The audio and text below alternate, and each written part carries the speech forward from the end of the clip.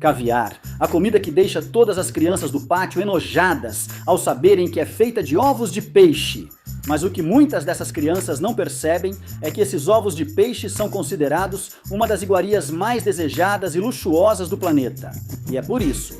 Hoje, vamos entender por que as pessoas pagam caro para comer ovos de peixe.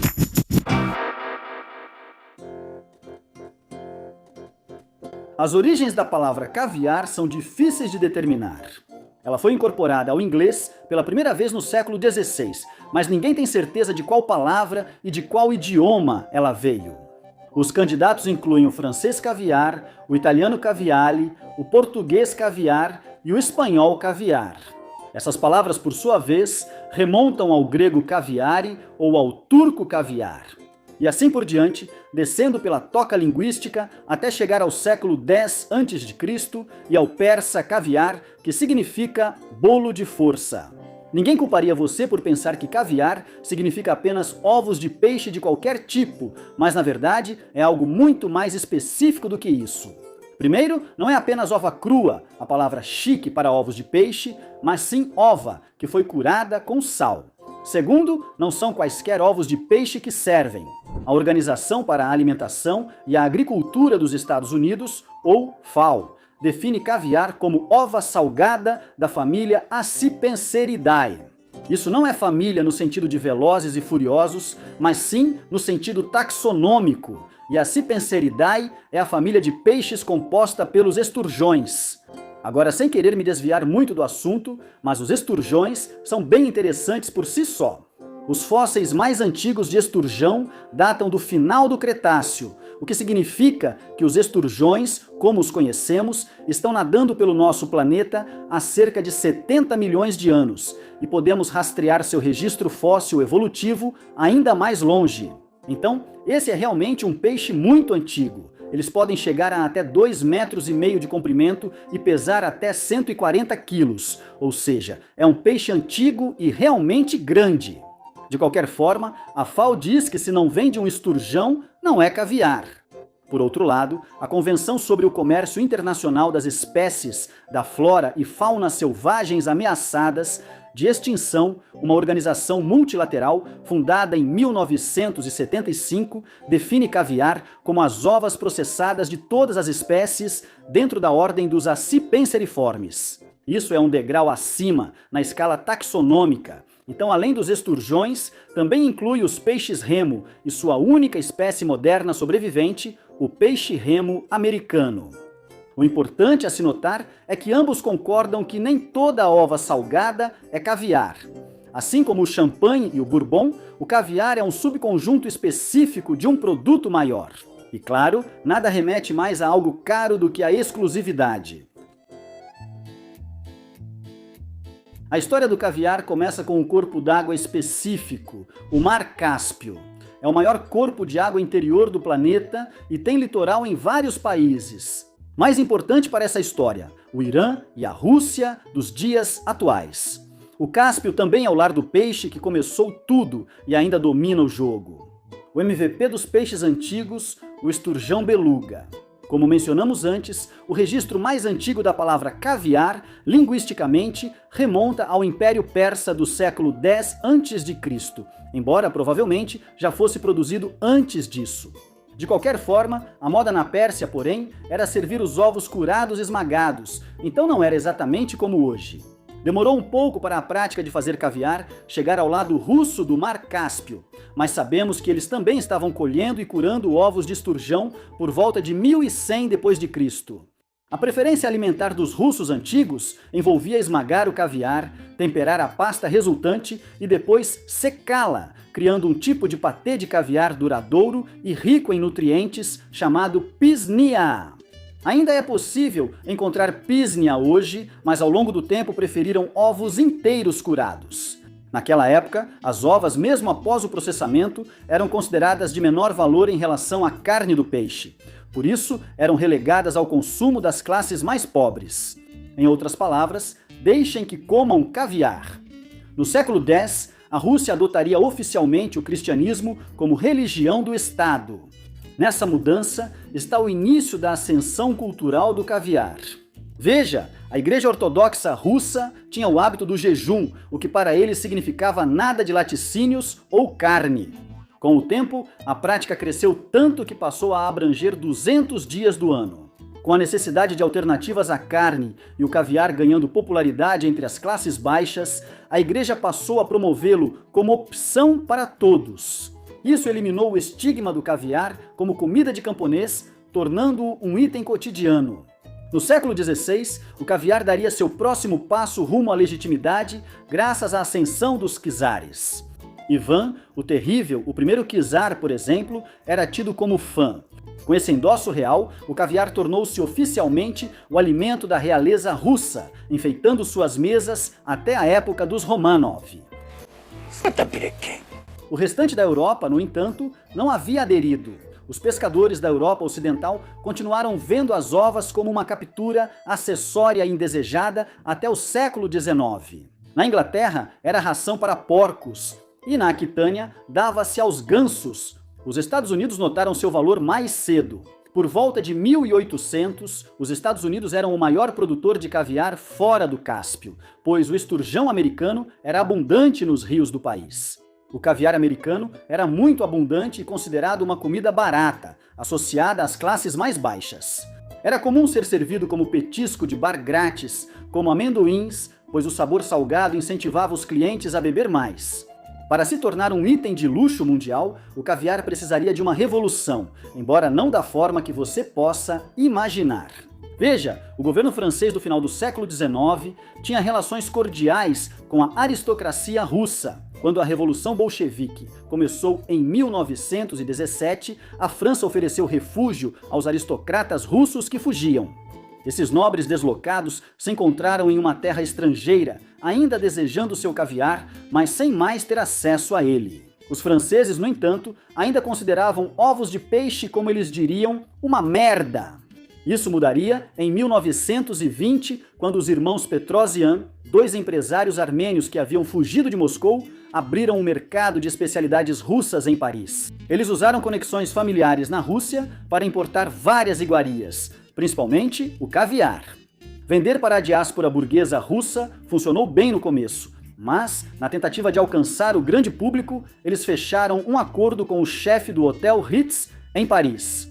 Depois que o Ritz começou a servir, o caviar finalmente chegou aos pratos dos mais influentes que espalharam a novidade pelo mundo. O resto, como dizem, é história. Só que essa não é toda a história.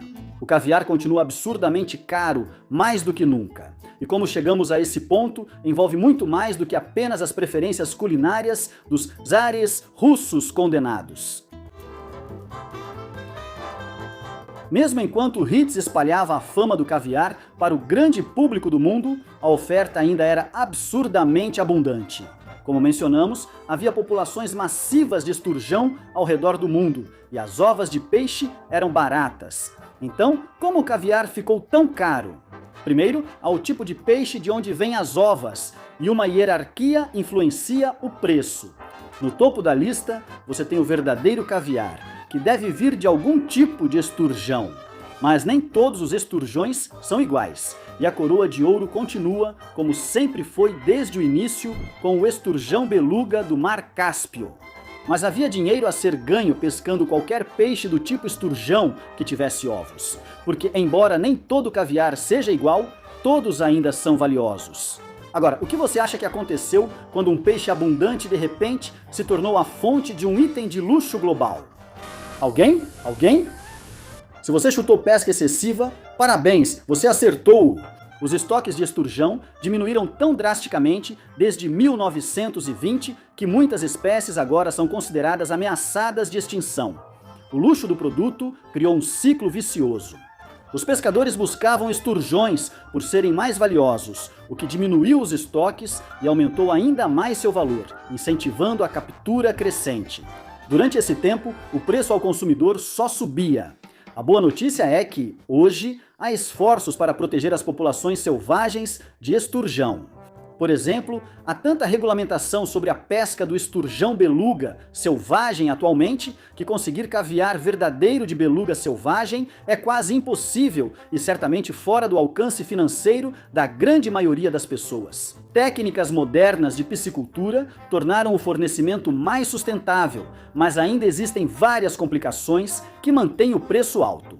Lembra como mencionamos que o esturjão é um peixe antigo? Isso não se aplica apenas a eles do ponto de vista histórico. O esturjão é um peixe que cresce lentamente e, por isso, vive muito tempo. A expectativa de vida média do esturjão é de 50 a 60 anos, podendo ultrapassar 100 anos. Antigamente, com eles abundantes e capturados na natureza, ninguém pensava nisso. Você lançava sua vara, assumindo que não somos pescadores de esturjão. Se o peixe que você pegava tinha ovos, melhor ainda. Mas pode levar de alguns anos até algumas décadas para uma fêmea de esturjão atingir a maturidade e começar a produzir ovos viáveis para o caviar. Pense nisso para um potencial criador de peixes. Pode levar décadas até que ele consiga produzir algum produto de fato. E fazer o peixe chegar à maturidade é só o primeiro passo do processo. O método tradicional de colher caviar exige matar o peixe. Reflita sobre isso considerando o ciclo de vida do esturjão citado antes. Apesar do tempo que o esturjão leva para produzir ovos, cada um deles só pode ter os ovos extraídos uma vez. Agora, vale ressaltar que existem técnicas modernas para colher os ovos sem matar o peixe, o que certamente ajudaria nas contas. Infelizmente, o caviar colhido com essas técnicas geralmente é considerado de qualidade inferior. Espere pagar mais para consumir o caviar feito do jeito tradicional. De qualquer forma, o processo de colheita dos ovos ainda não foi automatizado com sucesso, mesmo na era moderna. Então, todo esse trabalho ainda precisa ser feito manualmente por trabalhadores qualificados. Após retirar os ovos do peixe de forma humanitária ou não, o trabalho continua. Os padrões para processar o caviar são extremamente altos. Os ambientes de trabalho precisam ser mantidos completamente estéreis e em temperaturas específicas. O processo de cura deve ser meticulosamente equilibrado entre manter o sabor e preservar o produto. Em outras palavras, é um trabalho danado. Todo esse trabalho significa mais custos operacionais e, portanto, preços mais altos no ponto de venda. Como dissemos, o tipo de esturjão usado para o caviar é o critério mais simples para definir o preço. Dentro de um lote, a classificação individual dos ovos também é crucial para determinar o preço. Eles também classificam o caviar. Você não comeria qualquer ovo de peixe salgado caro, comeria? Você tem que juntar os melhores ovos com os melhores ovos. Os métodos modernos consideram muitos fatores, avaliando cada ovo colhido em relação ao padrão ideal para aquela espécie. Eles fazem isso uma vez antes e outra após o processamento dos ovos. Por fim, eles serão embalados e rotulados de acordo com os resultados, com os produtos de qualidade inferior, recebendo títulos como Kitchen Caviar e Select, enquanto o grau mais alto recebe nomes como Royal e Imperial. Obviamente, quanto maior a classificação, maior o preço. No final, como na maioria das coisas, tudo se resume à oferta e à procura. A demanda por caviar aumentou em escala global desde sua popularização em massa na década de 1900 e simplesmente explodiu nos últimos 50 anos. O caviar se tornou um símbolo de riqueza e classe, e todo mundo quer ser visto como rico e sofisticado. Nesse período, as populações globais de esturjão caíram tanto que a pesca de muitos esturjões selvagens praticamente deixou de ser legal. Como já vimos, criar esturjão é caro e leva muito tempo, então a demanda está muito alta e a oferta está muito baixa. Não é preciso ser Adam Smith para saber que essas circunstâncias manterão os preços nas alturas. Resumindo, o caviar é caro porque é um produto muito procurado, com oferta limitada e que exige muito tempo e trabalho para ser produzido. É preciso muito dinheiro para produzir caviar, então é preciso ainda mais dinheiro para comprá-lo. Nesse sentido, não difere muito de uma Ferrari, um mega iate ou outras coisas em que os super ricos gastam dinheiro. Só não se pode comer uma Ferrari. E como a maioria das coisas que nós, humanos, cobiçamos, nós acabamos estragando. Você estragou. Pense nisso por um momento. Os esturjões existem há 70 milhões de anos e seus ancestrais há mais 100 milhões de anos. Eles sobreviveram à extinção do Permiano, que eliminou 9 em cada 10 espécies. Sua linhagem genética sobreviveu aos dinossauros. Por um período incrivelmente longo, eles foram a espécie dominante nos rios da América e da Europa. Então, algum quiçar toma gosto pelos ovos deles e apenas 100 anos depois, eles se tornam uma espécie ameaçada de extinção. É bem simples, a ganância é o motivo pelo qual o caviar é tão caro. É por isso que a maioria das coisas caras são caras. Nós amamos nossos luxos e muitas vezes os amamos independentemente das consequências a longo prazo. Olha, nem tudo é tragédia ou pessimismo. A sustentabilidade enfim chega à indústria do caviar.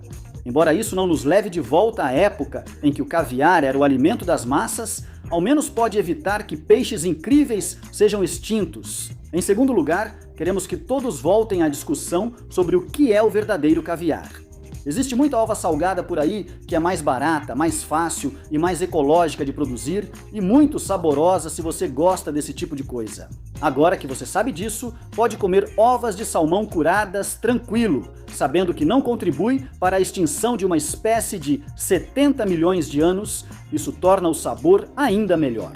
E também vai ser mais fácil para o seu bolso. E aí, o que você acha? O caviar vale o preço? Conta pra gente nos comentários aqui embaixo. Aproveita e não esquece de curtir e se inscrever no canal. Confira também outros vídeos do Weird History Food.